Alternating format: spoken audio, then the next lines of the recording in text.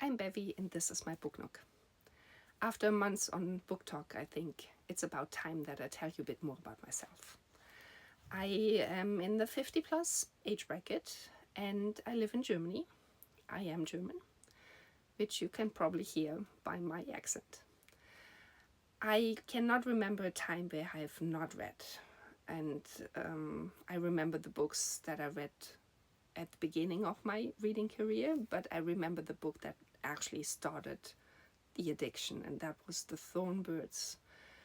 I was 12, it was a TV show, and I was not allowed to read the book because of the spicy scene, so I read it in secret. And of course, that gave me that special something. I did not continue reading the spicy books at that age, but I became a big Star Trek fan, so there were years where I only read Star Trek books. And back then there was no Amazon, so it was difficult to get to the English originals.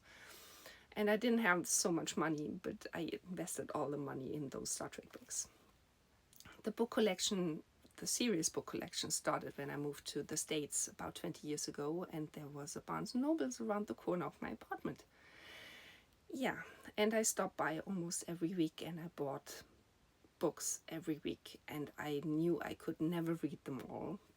But this has continued, and now I have like 600 plus books that I have not read and I will probably not read in my lifetime, so I have to become at least 500 to get that done. That's a goal, right? And the Japanese have a great word for that. It's called tsundoku, and I hope I pronounced that correctly, but it sounds so much more elegant than being addicted to book buying. Yeah, so in my little library, every corner is filled with books, and I feel very homey here. By now I read everything except for biographies. I listen to biographies because of all the names and dates, and it's just easier for me.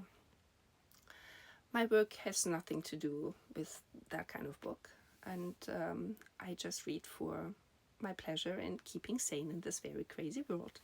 So if you like what I'm doing, thanks for watching, and until next time in my BookNook.